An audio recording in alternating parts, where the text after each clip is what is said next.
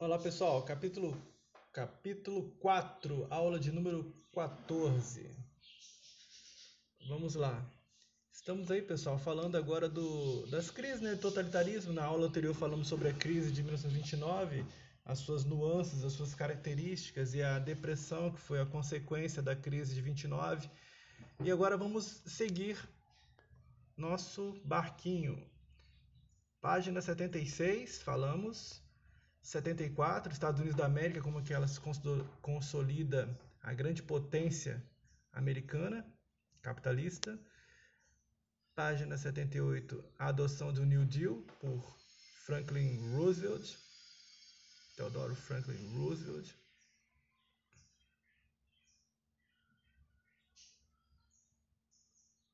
Franklin Delano Roosevelt.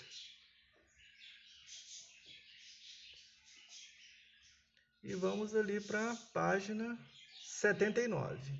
O nazifascismo, ou os fascismos, também conhecidos, porque não foram apenas o, o nazismo alemão e o fascismo italiano. Houve vários nesse período entre guerras de 1939, de 1919 até 1939.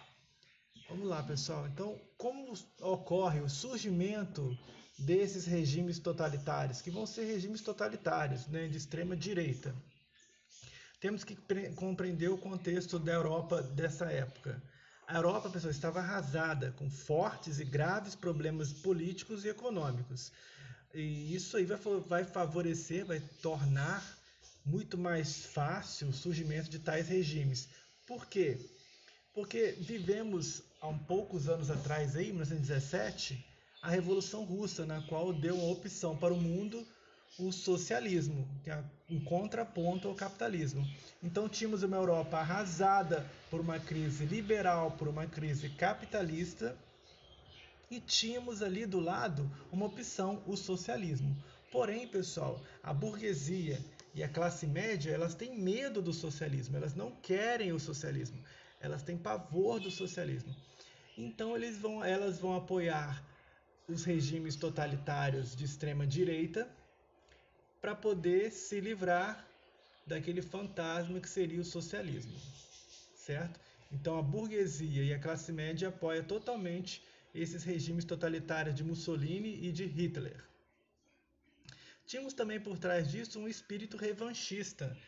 Existiam nações que tinham vontade, que tinham desejo de se vingar da derrota da Primeira Guerra Mundial. Basicamente os veteranos da Primeira Guerra Mundial. Que vão querer desrespeitar a qualquer custo o Tratado de Versalhes. Então esse é o contexto aí da Europa nesse período entre guerras aí. É uma Europa com fortes problemas políticos e sociais. Mas vamos trabalhar por partes. Vamos trabalhar a parte primeiro do fascismo italiano.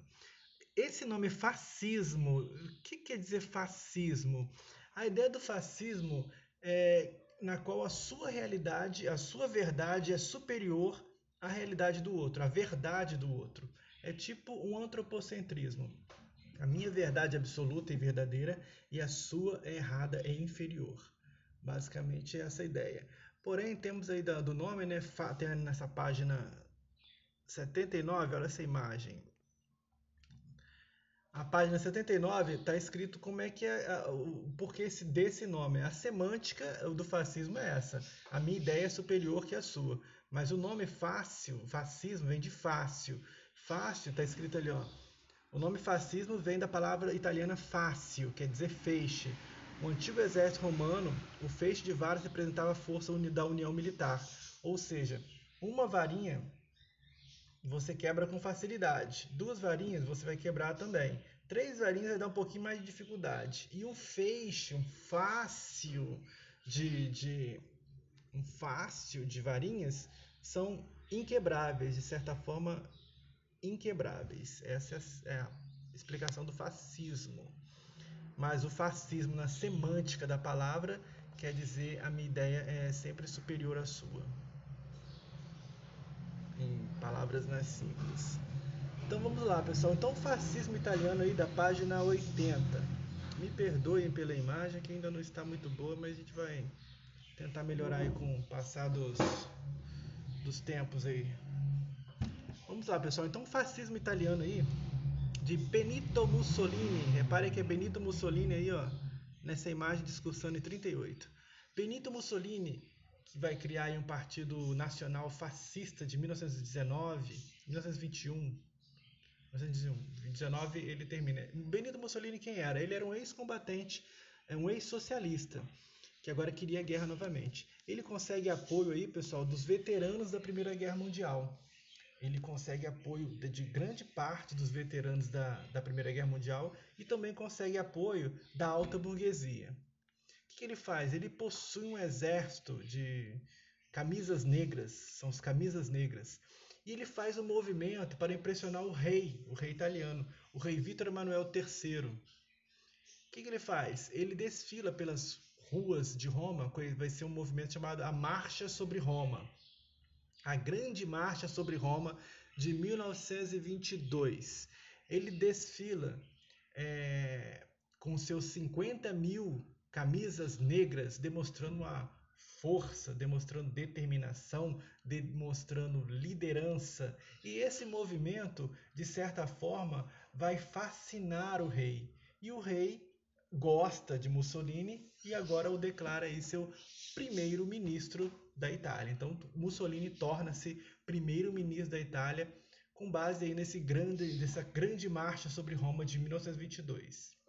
Certo? E a partir daí, de 1924, ele vai começar ali uma ditadura do Partido Único Fascista. Certo?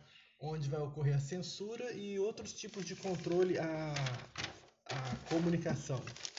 Toda ditadura tem esse tipo de controle, tá, pessoal? Getúlio Vargas também vai fazer aqui no Estado Novo, mais para frente nós vamos falar sobre isso.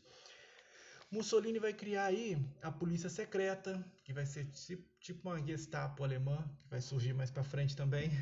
Então ele cria a polícia secreta que vigia, que pune quem é contra o regime. Ele cria uma concepção do corporativismo. Corporativismo é uma concepção que vai negar essa luta de classes que Karl Marx já falava, que existia o proletariado e o burguês, dono dos recursos. Então, sempre na história vai existir a luta de classe, segundo Karl Marx.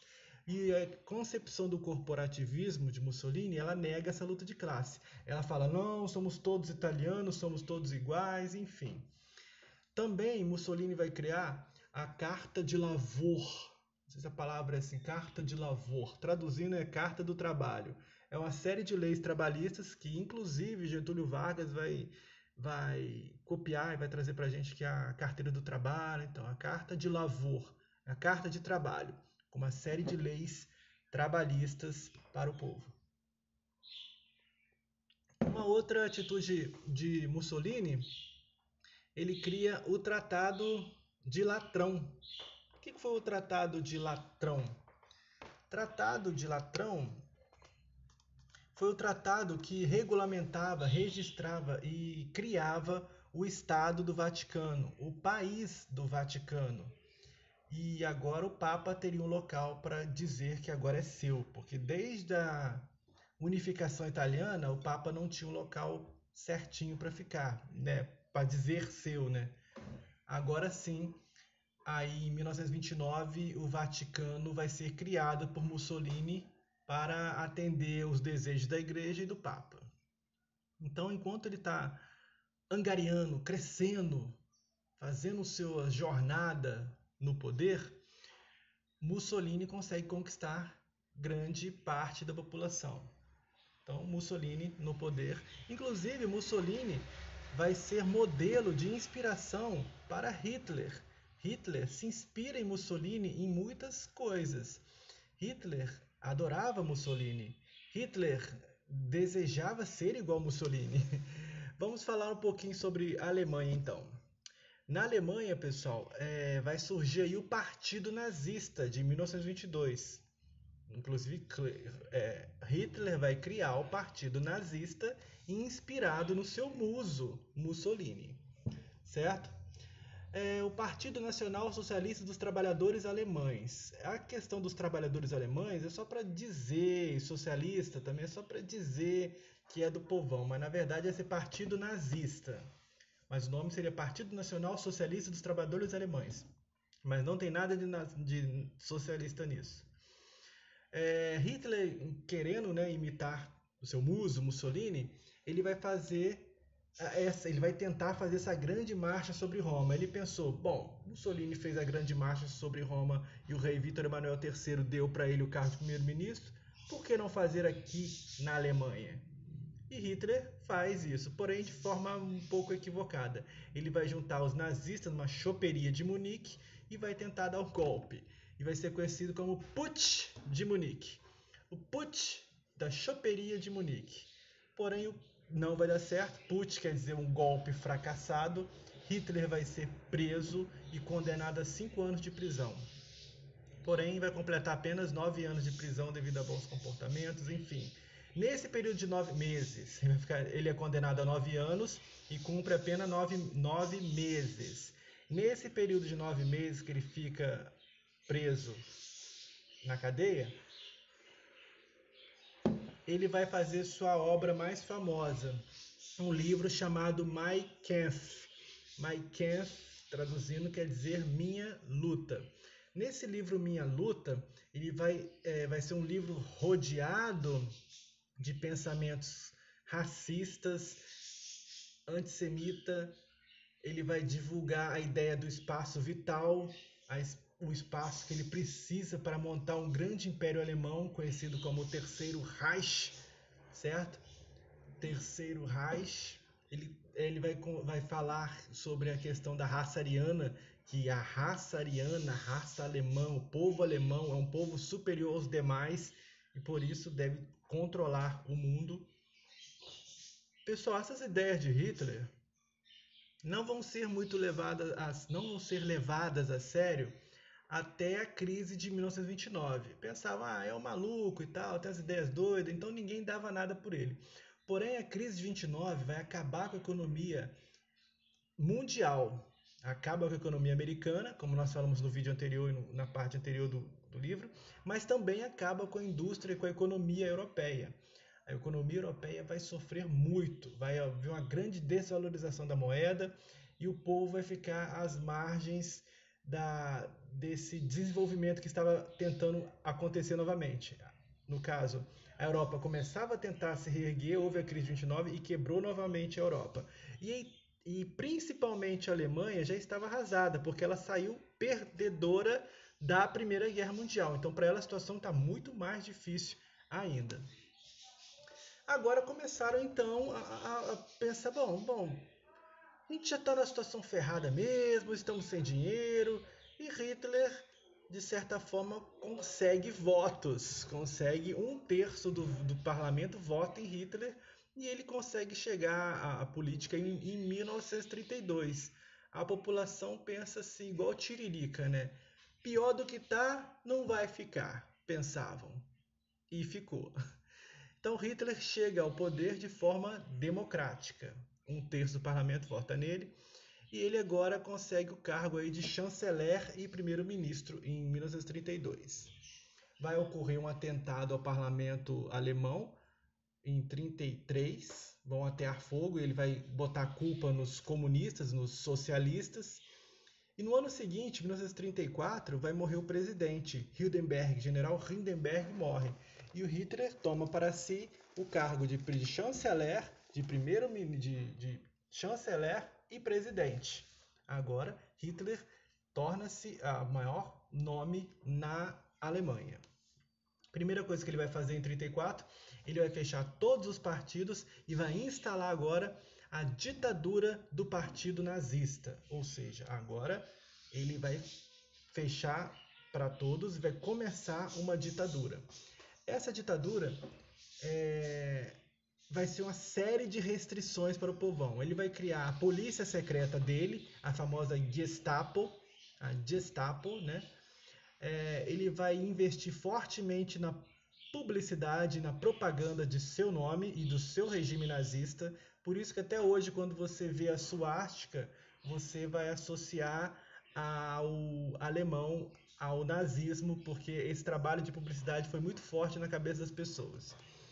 Ele vai também defender a superioridade de uma raça alemã, a raça ariana, e vai julgar todos os outros como inferiores. Negros, homossexuais, deficientes e principalmente os judeus, certo? Inclusive tem um filme que ele fala,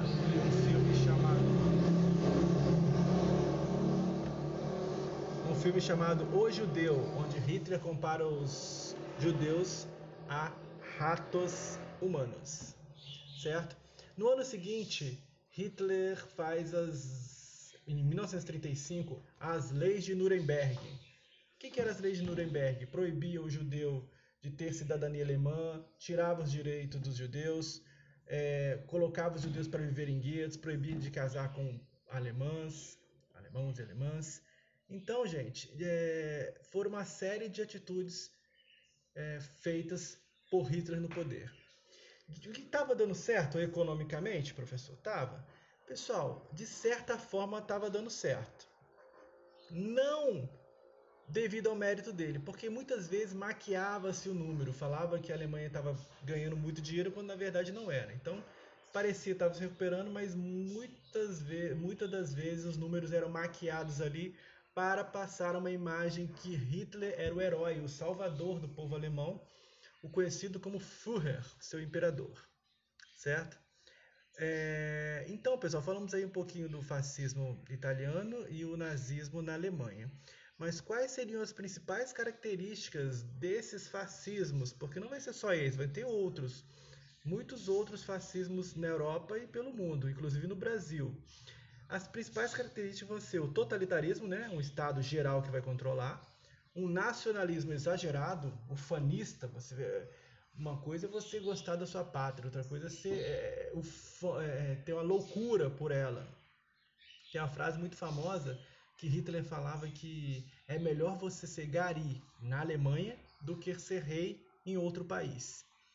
Então o fanismo esse nacionalismo exagerado era demais. Então temos o totalitarismo, nacionalismo, são características desses regimes totalitários. Totalitarismo, nacionalismo, racismo, militarismo, imperialismo, expansionismo, massificação, dentre mais alguns.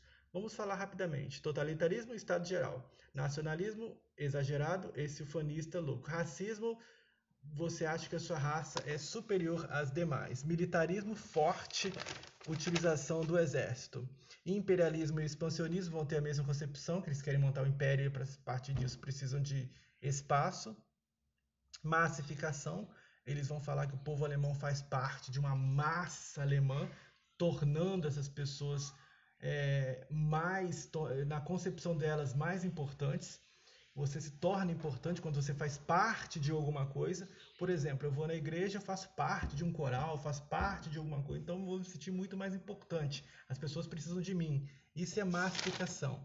Tem também o antiliberalismo, eles vão ser contra o liberalismo, devido à negação da democracia. A intervenção também forte do Estado na economia. E também podemos falar do antissocialismo. Pessoal, a intervenção forte na economia. Professor, no capitalismo não tem, no capitalismo liberal não tem intervenção da economia. O governo não vai intervir na economia. Sim, mas nesse momento a ditadura vai intervir sim. Inclusive Hitler vai ajudar algumas empresas alemãs, como a Bayer, que é a empresa de remédios, né? Que hoje até existe até hoje. E a Volkswagen vai ser ajudada por Hitler. Hitler, inclusive, pede nos anos 30 ali para que a Volkswagen faça um veículo popular para as pessoas de baixa renda, que vai ser o conhecido famoso Fusca aí, certo?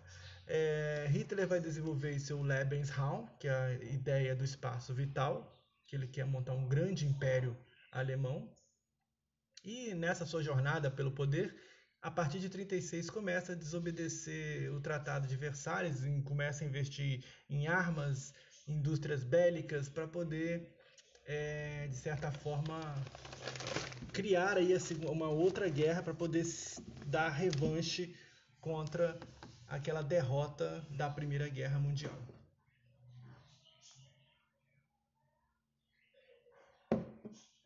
Porém, pessoal, como eu falei anteriormente,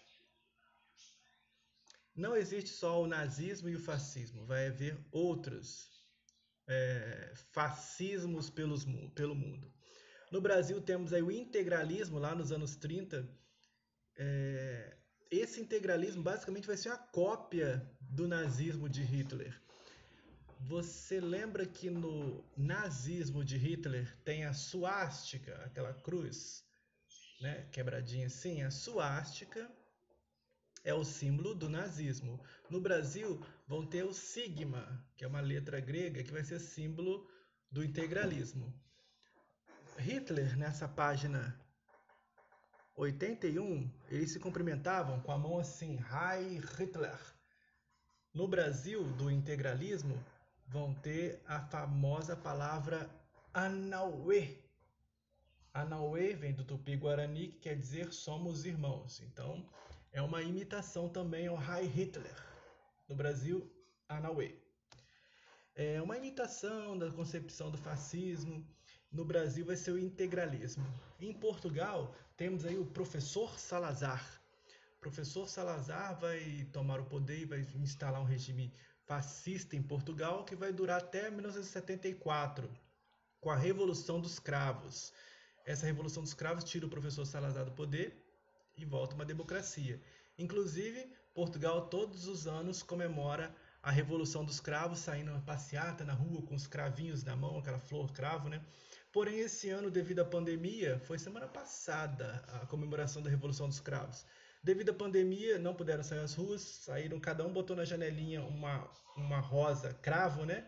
Para lembrar a Revolução dos Cravos, que libertou desse regime fascista de professor Salazar em Portugal.